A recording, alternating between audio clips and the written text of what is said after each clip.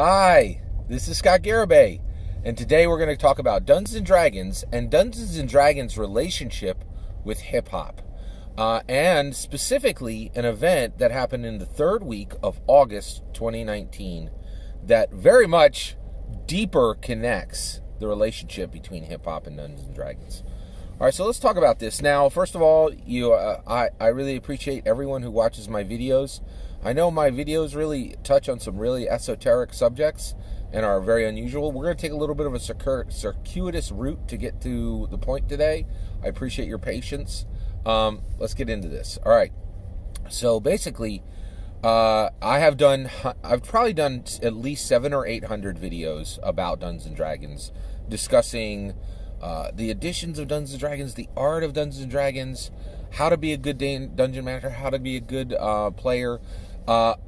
But a good bit of my videos have been, what are the aspects of Dungeons & Dragons that link to American politics, American culture, and American society.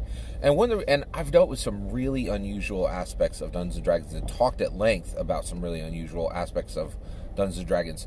Why do I do it? Why do I talk about these really, really deep-cut subjects within Dungeons & Dragons? One, I'm fascinated by Dungeons & Dragons. I'm really fascinated by the publication history of Dungeons & Dragons. I love Dungeons & Dragons.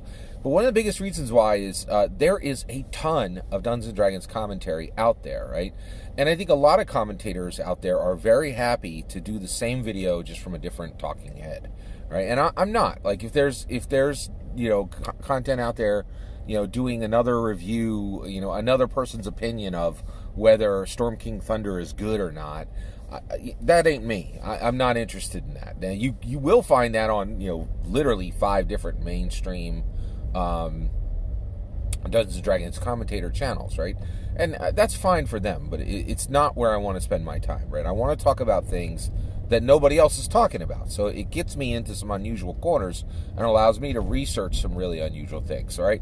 So within my body of commentary on Dungeons & Dragons, you will find no less than, I think it's about 10 or 20 videos where I talk about the links between Dungeons & Dragons and hip-hop. And it is my opinion, and I've said this before, but I'll just give a summary of it real quick, that Dungeons & Dragons and hip-hop are chronological siblings. They're sisters.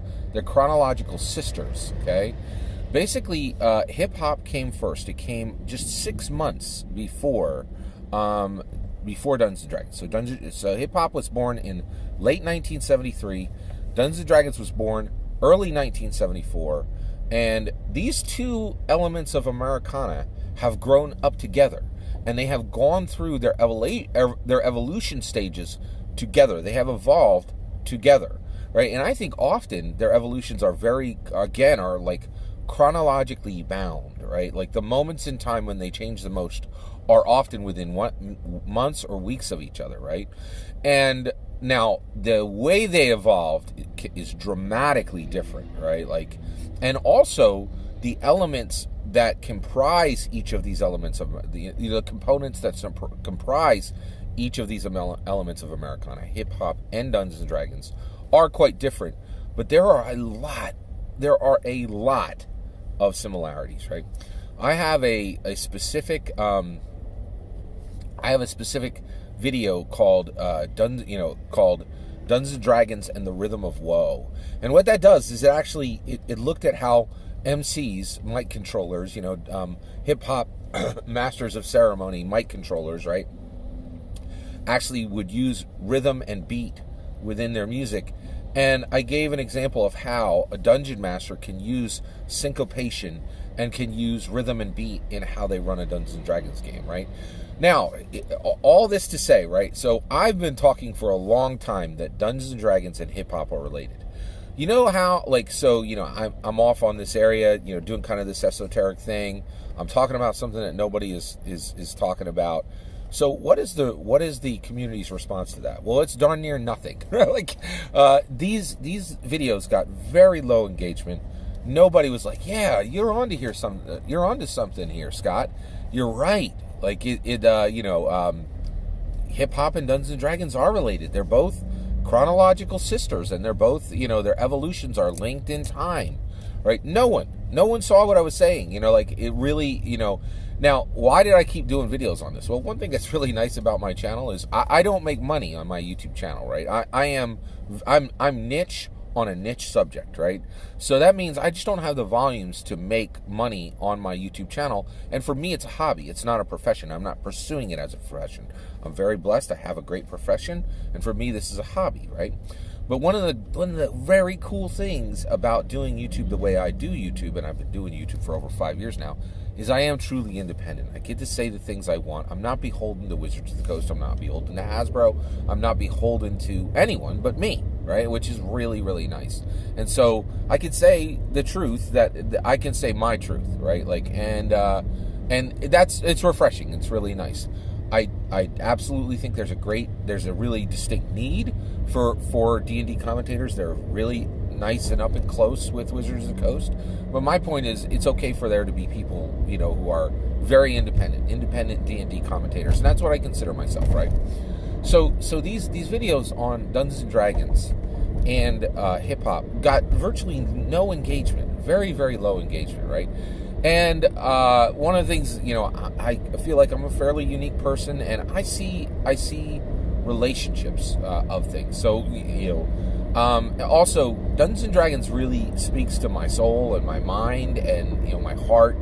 And, I use it in my life a lot. One of the things I use a tool in my life that comes straight out of my dungeon mastery, which is clear. Catalysts, locations, entities, artifacts, and relationships, right? So I look at the world and I'm like, who are the catalysts here? Who are the player characters, right?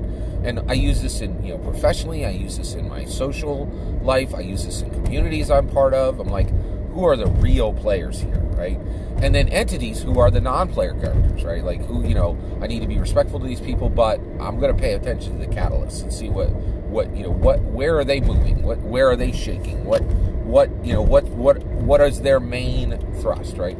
Artifacts, incredibly important devices, right? Like our lives, some devices are more important than others. Some objects are important, artifacts, right? Locations are important. Like, basically you want your home to be nice. You want the place where you are at your profession to be nice, right? Locations are important in our lives. And the last one is relationships, right? And so I see relationships and I see connections, and I'm often looking for relationships between things where people don't understand the relationship between two things. But I have thought for a long time, and you will find on my channel well over 10 to 20 different videos about me talking about the relationship between Dungeons and Dragons and hip hop way before anybody else was talking about this relationship, right?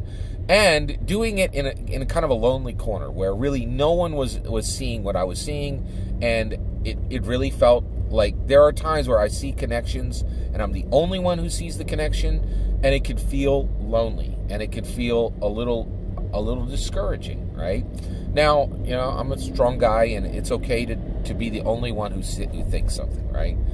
But I'm here to talk to you today about the day when you see your esoteric, your obscure, and your deepest cut theories, right, manifest in reality. And that's exactly what happened last week, right? So one, I appreciate your patience because I'm going to say it. I told you so. I said that Dungeons & Dragons and hip-hop were intimately related, that they were chronological sisters, right? And that they were very much related in a very unique and esoteric way, right? Well, guess what happened last week? All right, let's walk it through. Hasbro, a toy company, owns Wizards of the Coast. They bought it in 1999, okay? And when they did, they got, when Hasbro bought Wizards of the Coast, they got Dungeons & Dragons Original Edition, Dungeons & Dragons First Edition, Dungeons & Dragons Second Edition, Dungeons & Dragons Third Edition, right? That's what they bought. Since then, they've built 4th Edition and 5th Edition, right? They own, right, pieces of paper that Gary Gygax held in his hand, right? They own original prints of some of the most important books in the world, the Dungeons & Dragons books, right? And it's incredible, right? Like, Hasbro owns Wizards of the Coast. they own Dungeons & Dragons. We've known this since 1999, and frankly, it's been 20 years since Hasbro owned Dungeons & Dragons, right? Well, guess what Hasbro bought last week? Hasbro last week bought Death Row Records. Hasbro, who owns Dungeons & Dragons, bought Death Row Records, right? Okay, so the owner of Dungeons & Dragons now owns one of the most epic, the most heralded rap record companies that has ever existed, right? I'm not kidding. Hasbro, who owns Dungeons & Dragons, now owns the masters for Dr. Dre. Yes, ain't nothing but a G-thang, Dr. Dre, okay? Hasbro owns the masters for Tupac. For Tupac. They own masters for Tupac, right? So the same people who own Dungeons & Dragons own the masters for Tupac. Keep your head up. Tupac, right? Hologram Tupac, right? Tupac is not just American history. Tupac is like world history, right? And Hasbro owns masters, some of the original masters from the early stuff of Snoop Dogg. Da-da-da-da-da. Right? Like that Snoop Dogg, right? This is a complete manifestation of the relationship that I saw as early as like 2 years ago, right? And was saying, hey, Dungeons & Dragons and hip-hop are interrelated. There's a relationship between them. And Hasbro sees that relationship as well, right? This, to me, is truly incredible, right? This is a really, really unusual thing. Why would a toy company buy a record label, a rap record label, right? It is very, very unusual, right? It is one of the strangest things that has happened in tabletop role-playing game history, right? It is very, very, very unusual, right? Truly incredible, right? And basically, I really do feel like this is a validation of the connection that I saw a while ago, a relationship that I saw a while ago. This is a very unusual occurrence. And I think overall, like, this is... I think the reason that Hasbro bought them was that they see the relationship between Dungeons & Dragons and hip-hop. That basically these two incredibly important elements of Americana, which Hasbro is now a guardian of, right? They are literally protecting American history, right? And I know I'm fully aware that a lot of people are like, oh, you know, corporations don't care. It's just, you know, it's all about profit. I don't think so. I will tell you right now, I do not think that buying Death Row Records, that a toy company who owns Dungeons & Dragons buying Death Row Records was all about profit. I really think there's something else that goes on here. And another thing is, like, you know, professionals are human beings, right? Professionals who serve at the C level, at the chief executive officer level, right? Absolutely, they are driven to increase the profits of their company, but they are human beings as well, right? And human beings often see the clear, right? They see the catalyst, they see the location, they see the entities, they see the artifacts, and they see the relationship. And someone at Wizards of the Coast, someone at Hasbro saw the relationship between Dungeons & Dragons and hip-hop, right? And, you know, and I will say I'm really, like, celebrating today, a very small personal celebration, that this incredibly esoteric, incredibly obscure connection between Dungeons & Dragons and hip-hop that very few people agreed with me on, and that really no one else really, like, patted me on the back and said, hey, you were right about this.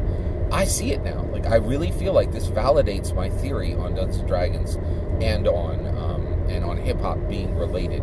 And I will tell you right now, I'm fascinated to see what the future holds for both hip-hop and Dungeons & Dragons, as they are both now under the guardianship of Hasbro. Incredible. All that is my opinion. I'd love to hear your opinion. What do you think, right? Do you see now that they really are chronological sisters? Or do you still think like this is really kind of an esoteric thing? Why do you think Hasbro bought Death Row Records? Incredibly unusual occurrence. Love to hear your opinion. Please let me know in the comments below. Please consider liking and subscribing, and have a wonderful millennium.